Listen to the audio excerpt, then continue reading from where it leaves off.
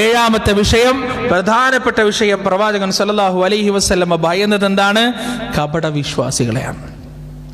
കാപട്യം നമ്മുടെ ഉള്ളിലേക്ക് കടന്നു വരുന്നത്. ഈ ഹദീസ് ഉമർ റളിയല്ലാഹു അൻഹു കേട്ടിട്ടുണ്ട്. ഈ ഹദീസ് റിപ്പോർട്ട് ചെയ്യുന്നത് ഉസ്മാൻ അൻ-നഹദി റളിയല്ലാഹു അൻഹു ആണ്.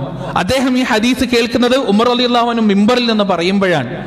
ആ മനസ്സ് മഹാനായ ഉമർ ഇബ്നുൽ ഖത്താബ് റളിയല്ലാഹു അൻഹു, അദ്ദേഹം എത്രത്തോളം ഈ കാപട്യത്തെ, ആരാണ് ഉമർ റളിയല്ലാഹു അൻഹു പറയപ്പെടുന്നത്? ഒന്ന് ആലോചിച്ച് നോക്ക്.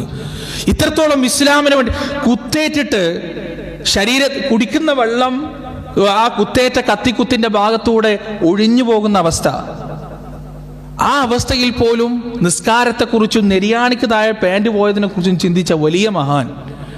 ആ മഹാൻ ഹുദൈഫ റളിയല്ലാഹു അൻഹുവിനോട് ഇടക്കിടക്ക് ചോദിക്കും, എന്താ അറിയോ, അദ്ദേഹത്തോടാണ് റസൂലുള്ള ആരൊക്കെയാണ് മുനാഫിക്കുകൾ എന്ന് എണ്ണി പറഞ്ഞിട്ടുള്ളത്. ഹുദൈഫ റളിയല്ലാഹു അൻഹു റസൂലിന്റെ രഹസ്യ സൂക്ഷിപ്പുകാരനാണ്. ഉമർ റളിയല്ലാഹു പോയിട്ട് എന്താ ചോദിക്കാറിയോ? ആ മുനാഫിക്കുകളിൽ ഞാനുണ്ടോ? ആ കപട വിശ്വാസികളുടെ പട്ടികയിൽ ഞാനുണ്ടോ? ജീവിതത്തിൽ ഇന്ന് വരെ നമുക്ക് എന്തെങ്കിലും ടെൻഷൻ ഉണ്ടായിട്ടുണ്ടോ? ഇനി ആരെങ്കിലും നമ്മളെ കപടെന്ന് വിളിച്ചാൽ എന്നെ കപടെന്ന് വിളിക്കാൻ മാത്രം നീ ആരാടാ? ഞാൻ നിസ്കരിക്കുന്നത്ര നീ നിസ്കരിക്കുന്നുണ്ടാ? ഞാൻ നോമ്പെടുക്കുന്നത്ര നീ നോമ്പെടുക്കുന്നുണ്ടാ? ഞാൻ ഈ സംഘടനയിൽ പ്രവർത്തിച്ചത്ര നീ പ്രവർത്തിച്ചിട്ടുണ്ട് എന്നൊക്കെ പോയിച്ച് ഡയലോഗ് അടിക്കാനല്ലാതെ നമുക്കൊന്നും ജീവിതത്തിൽ ഇന്ന് വരെ എനിക്ക് കാപട്യം വന്നിട്ടുണ്ടോ എന്ന ചിന്തയും എന്ന മനസ്താപൊന്നും ജീവിതത്തിൽ ഉണ്ടായിട്ടില്ല. ഉമർ റളിയല്ലാഹു അൻഹു ഉണ്ടായിരുന്നു. അദ്ദേഹം പ്രയാസപ്പെട്ടിരുന്നു, ഒരുപാട് വിഷമിച്ചിരുന്നു. പടച്ചോൻ എനിക്ക് കാപട്യം വരുമോ? എത്രത്തോളം എന്നറിയോ? ഉമർ റളിയല്ലാഹു അൻഹു ഹുദൈഫ റളിയല്ലാഹു അൻഹു നോക്കും, ആരെങ്കിലും മരിച്ചു കഴിഞ്ഞാൽ അദ്ദേഹം മയ്യത്ത് നിസ്കരിച്ചാൽ ഉമർ റളിയല്ലാഹു അൻഹു നിസ്കരിക്കും. കാരണം എന്താ? അദ്ദേഹത്തിന് അറിയാം അത് മുനാഫിഖാണോ യഥാർത്ഥ മുഅ്മിനാണോ എന്നുള്ളത്. റസൂലുള്ള ഏറ്റവും കൂടുതൽ ഭയപ്പെട്ട വിഷയവും അത് തന്നെയാണ് പ്രിയപ്പെട്ടവരെ. എന്നിട്ട് റസൂൽ പറയുന്നത് എന്താ അറിയോ? ഇന്ന അഖ്വഫ മാ അഖാഫു അലാ ഹാദിഹിൽ ഉമ്മ കുല്ലു മുനാഫിഖിൻ അലീമിൽ ലിസാൻ. നാവ് കൊണ്ട് പണ്ഡിതന്മാരായ കപട വിശ്വാസികൾ, നാവ് കൊണ്ട് പണ്ഡിതന്മാർ, അങ്ങനെ പല ആളുകളെ നമുക്ക് കാണാൻ കഴിയുമെന്ന്. നാവ് കൊണ്ടാണ്, അവർക്ക് ഉള്ളിൽ ഒരു വിവരം ഉണ്ടാവില്ല പടച്ചോനെ കുറിച്ചോ.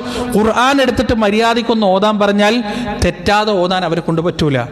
അള്ളാന്റെ റസൂലിന്റെ ഹദീസുകളെ കുറിച്ച് വലിയ വിവരം അവർക്ക് ഉണ്ടാവില്ല. പക്ഷെ മഖ്റജ് തെറ്റാതെ ചില കാര്യങ്ങളും ചില ഫത്വകളെ കുറിച്ചും പണ്ഡിതന്മാരുടെ പേരുകളെ കുറിച്ചും പറയും.